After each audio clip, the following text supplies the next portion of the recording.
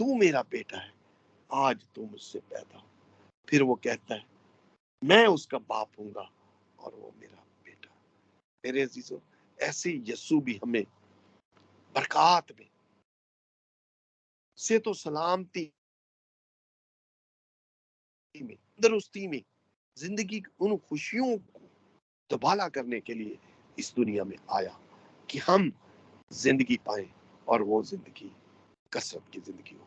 خداوند آج کے کلام کے وسیلہ سے ہم سب کو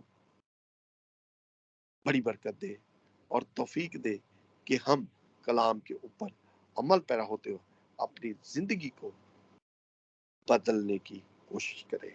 آمین، آمین، آمین۔ خدا ہم سب کو بڑی برکت دے۔